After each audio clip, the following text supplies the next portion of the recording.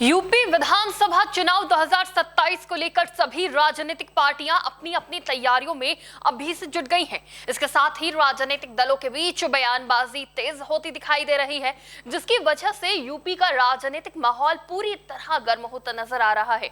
इसी बीच समाजवादी पार्टी के प्रमुख अखिलेश यादव का एक बयान काफी चर्चा में है, जिसने सियासी गलियारों में नई बहस छेड़ दी है। राजनीतिक दलों से लेकर राजनीति में रुचि रखने वालों के मन में एक सवाल है कि क्या अखिलेश यादव कांग्रेस से गठबंधन करेंगे या नहीं। इसी बीच अखिलेश यादव का एक पोस्ट सोशल मीडिया पर आया, जिसमें अखिलेश यादव ने साफ संकेत दिए हैं कि उनकी पार्टी समाजवादी पार्टी अब 2027 के चुनाव को पूरी मजबूती के साथ अकेले या अपने दम पर लड़ने की तैयारी कर रही है। इसके साथ ही उन्होंने कहा है कि बात सीट की नहीं, बात जीत की है। सिर्फ इसी लाइन की वजह से यूपी की राजनीति में नया नारा बनता दिख रहा है। नमस्कार, टीवी 24 नेटवर्क देख रहे हैं आप। मैं हूं आपके साथ शिखा मेहरोत्रा।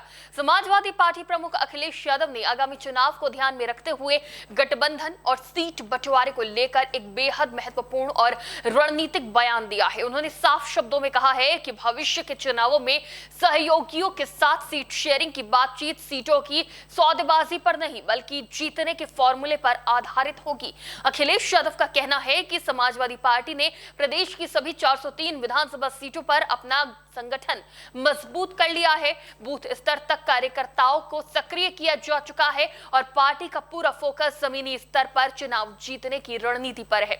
यानी साफ संकेत है कि समाजवादी पार्टी अब सिर्फ गठबंधन की राजनीति पर निर्भर नहीं रहना चाहती, बल्कि अपनी ताकत खुद परखना चाहती है। वहीं अगर यूपी चुनाव में कांग्रेस को लेकर बात करें तो कांग्रेस उत्तर प्रदेश की राजनीति में लगातार इंडिया गठबंधन के तहत समाजवादी पार्टी के साथ जुड़ी रही है, खासकर लोकसभा चुनाव 2024 में। लेकिन अब जब 2027 विधानसभा चुनाव की बात हो रही है तो सीट बंटवारे और नेतृत्व को लेकर हलचल शुरू हो गई है।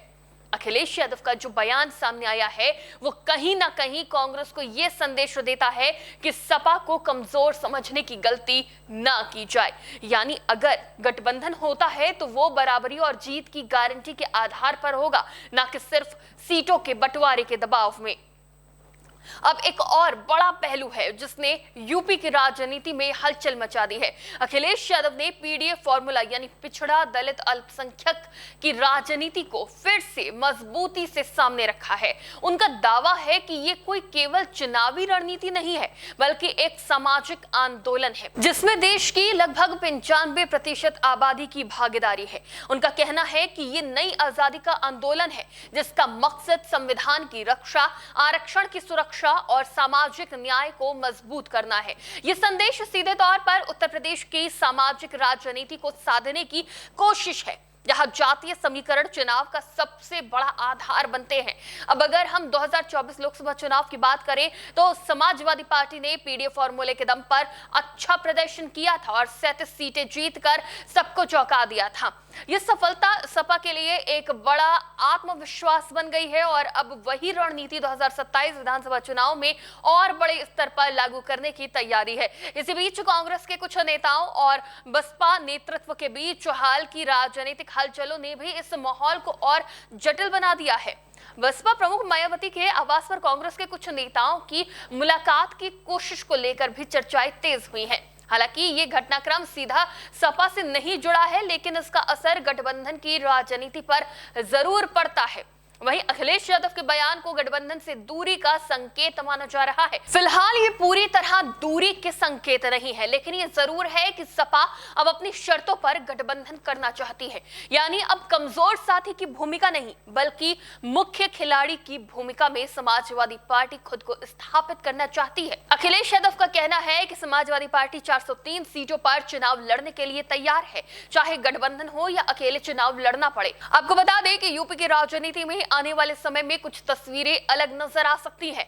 एक तरफ बीजेपी जो सत्ता में वापसी के लिए पूरी ताकत लगाने के लिए तैयार है, तो वहीं दूसरी तरफ विपक्ष में इंडिया गठबंधन की कोशिश है। जिसमें सपा, कांग्रेस और अन्य दल एक साथ आए और मजबूत रणनीति बनाए। लेकिन इंडिया गठबंधन में असली चुनौती सीट बंटवारे, नेतृत्व और वोट ट्रांसफर की है। दरअसल यूपी की राजनीति में ये बात हमेशा याद रखनी चाहिए कि यहाँ चुनाव सिर्फ पार्टी नहीं बल्कि सामाजिक समीकरण तय करते हैं। पीटीए, ओबीसी, दलित और अल्पसंख्यक वोट बैंक यहाँ सबसे बड़ा गेम चेंजर साबित होता है। अखिलेश यादव इसी समीकरण को फिर से मजबूत करने में लगे हैं। उनका फोकस बूथ स्तर पर संगठन को मजबूत करने, युवाओं को जोड़ने और सरकार विरोधी वोट को एकजुट करने पर है।